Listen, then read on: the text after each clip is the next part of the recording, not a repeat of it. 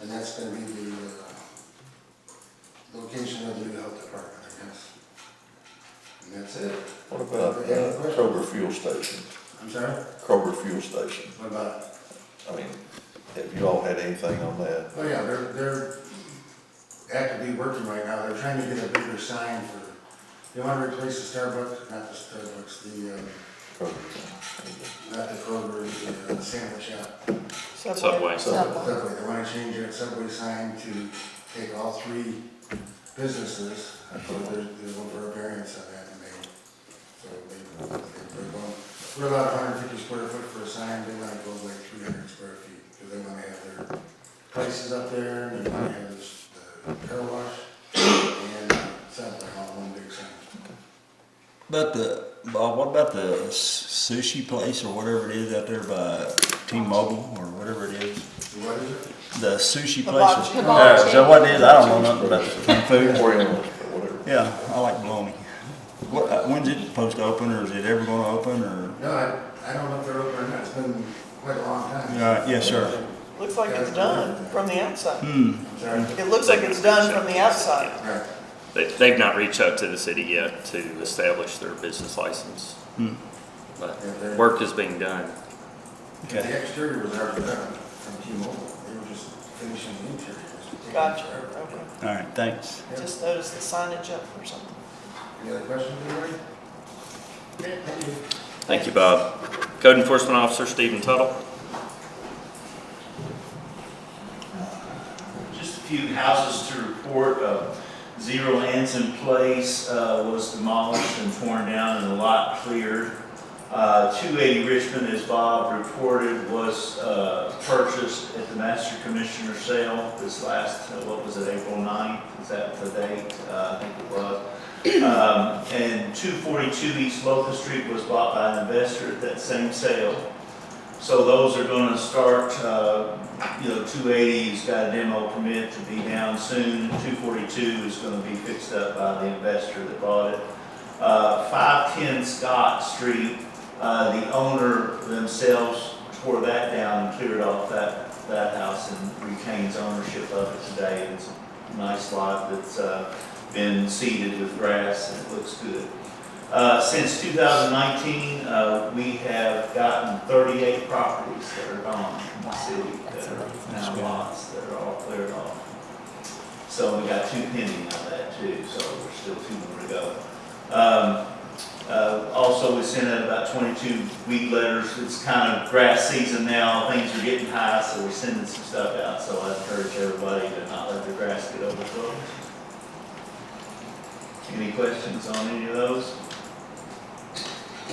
Thank you, Stephen. I want to just follow up with a comment. 38, that's 38 success stories. If we had done nothing as a city in 2019, we'd have 38 plus blighted, abandoned, dilapidated properties still standing in this community. So that is a huge win, and that's because of you all supporting this effort. So How many of those lots have been rebuilt on? Just, I mean, zero? 0. So that was my next, you led me right into that, Roger. As a council, start thinking what we want to do next. The post-clinic project is about to wrap up, and we're going to have to look to see what our next community development block project will be. We have a lot of lots. Now, not all those 38 are ours. Understand 16 are ours. The rest of those are in private hands, but we still have 16 lots that we could possibly partner with someone to build on. So just be thinking, I don't know if anybody's approached you on what we want to do next with the community development block grant program, but that is an option that we could probably seriously look at. And you've got all these, we've always thought of doing blocks together, but a block could be a house here and a house here and a house here and a house here.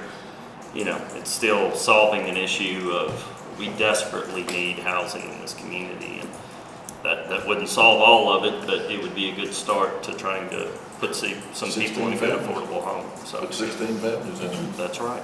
That's right. So more to follow on that. Thank you, Stephen, for that report. City Clerk.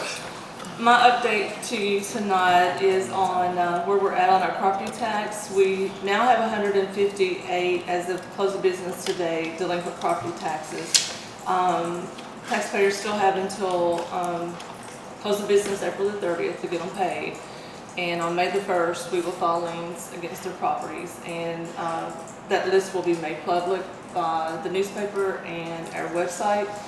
And we still have 102 outstanding delinquent business license, which we're turning over to HDL, right? And we went live with the HDL company on April the 10th, and they are actively pursuing, so.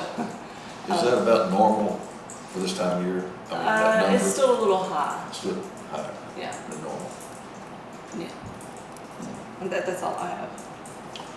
Okay, thank you, Jeanette.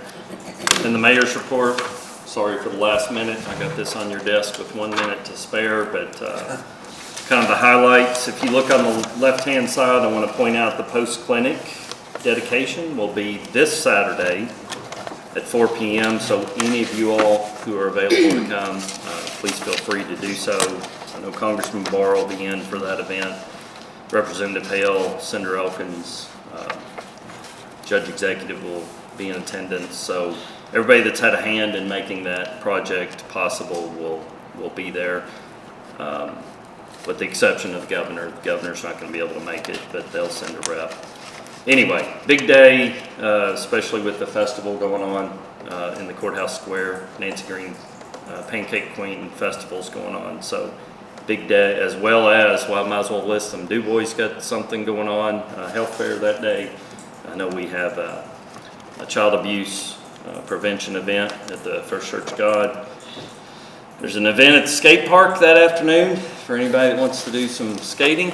And am I missing something? Kiwanis breakfast, there you go. And the pancake, and then the post clinic. So a very busy day on Saturday, but if you all are able to end up your day up there at 4 p.m., we'd love to see you. The Main Street, Mount Soaring Water and Sewer Main Street Water Project is moving along.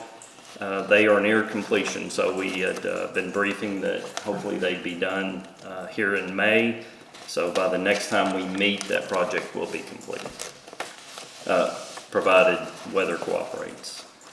The TAP 3 sidewalks, we have mentioned this for the last 3 months. We have not received our authorization from the state to go ahead and bid that out. So it's frustrating at this point. I don't know the reason why we haven't got it, but I assume that the fact that they've been in session up until the 15th is part of that. So hopefully we'll receive something soon. Once that comes in, the authorization to move forward, we will have that go out for bid. Once bids are received, we'll award that, hold our public hearing, and then be ready to move forward. So more to follow on that. And on the left-hand side, I did want to just point out the facade grant applications. We still have some awards from last year that have not been utilized. We have tried to be as cooperative with the businesses down here as possible. They sometimes don't want to put new paint on if there's dust everywhere. So I'm just going to let you all know that I'm going to send out letters to each of them to say, hey, we're going to extend this for 1 year. So the facade grant applications that we normally request in May, we may need to go a little light this year because we're going to have to roll that money that was allotted for this year into next year's budget. So, but I'm going to let them all know that we're going to grant an extension for 1 more year so that they can get those projects done. It's only fair to them. On the right-hand side, you'll see the topics of interest, about the events here this weekend. The 27th is Main Street Clean Sweep from 8 to noon. That'll start at the park. If anybody wants to come out, we'd love to have you. Nathan briefed the spring cleanup dates. We'll get those dates out through all those various platforms here next week. First Friday Market, Dr. King, we met. We're all over that, ready to get started. Street paving schedule. We've not received our money, as you've seen from the state yet, our notification of what our road aid's going to be. So once again, I think the fact that they're in session has held them up. Now that that session is complete. We should be receiving that any day and know how much money we're gonna be allotted to put toward our street maintenance this year. City Hall closures will be closed there for Memorial Day, as you see, and thankfully, staffing report is solid. We've not had any changes since we last met. Any questions for me on anything? Okay, thank you. Item number 8, authorize city attorney to file liens on all 2023 delinquent property tax bills. Need a motion? I'll make the motion. Motion by Barnes, Second. second by Garrett. Any further discussion? Poll the members, please. Barnes. Aye. Garrett. Aye. Hilton. Aye. King. Aye. Murphy. Aye. Trimble. Shanann, I'm sorry, did you have the number of what our delinquent property tax total is? As of close of business today, it's $39,178.83. Okay, thank you. Total of 158 tax bills. Not bad. All right, item number 9, declare as surplus property. We have 29 duty weapons previously used by the city of Mount Sterling. Chief, do you want to comment on any of those? Well, we've, went there to 9mm SIG instead of 40s. The ammo distributors are saying that they've cut the production of 40. Ammunition is getting hard to find. We qualify 5 times a year. So we felt it prudent to go to 9mm like everybody else. I'm not a fan of 9mm, don't get me wrong, but it's strictly because of the ammunition shortage. SIG made us an offer on the guns, but I thought it was a little low, so we will dispose of them ourselves. So how do we dispose of them? So what's that process when we do surplus or whatever? Normally, an officer carries a weapon, we change out, they're not to purchase their weapon. We're not in the gun dealing business, so in order to do that legally, we'll have to go through a dealer, which we use Walters. To supplies our ammunition. He keeps it in stock for us. We don't have to pay $5,000 for a load of ammunition to have in stock. He has it in stock when we need it. He's got it. So he's selling the guns for you? Now, he'll sell what the officer don't buy. But what they'll do is they'll have to pay for the gun, and Walter will come by, fill out all the paperwork. Every one of them has to have a background check, even though they're officers. Because the federal law requires a background check, we'll do the background check, and then they'll be given the gun only after they completed the background check and paid for it. Whatever's left over, we can dispose of and sell them on gun broker, or however we decide to. But, we're adding, $25 to the cost of the gun for the background check. Walter did say he'd rather have one of the guns than all that money for the background check, which will save us probably $300 or something like that, close to it. And then we take the money and put back in to buy more ammunition. Goes back in the air account, yeah. Yeah. So we purchased it with, seized money. Okay, any further questions?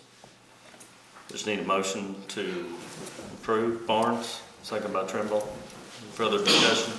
All the members, please. Barnes. Aye. Garrett. Aye. Hilton. Aye. King. Aye. Murphy. Aye. Trimble.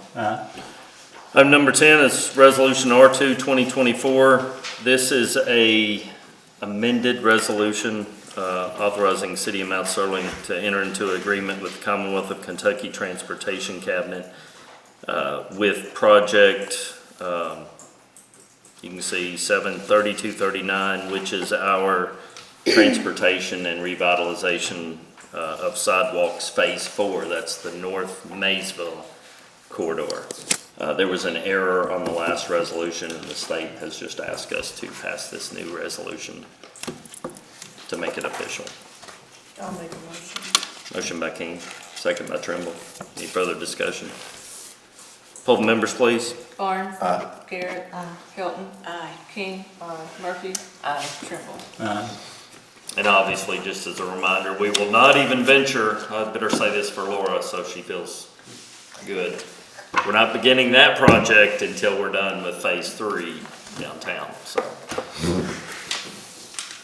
Item number 11, Resolution R3 2024, authorizing the mayor to make application for and upon approval to enter into agreement with Kentucky Department of Homeland Security to execute and documents which are deemed necessary by codes to facilitate and administer the project and to act as authorized correspondent for this project. Chief, with this grant money, what are we going to try to purchase this year? We're purchasing,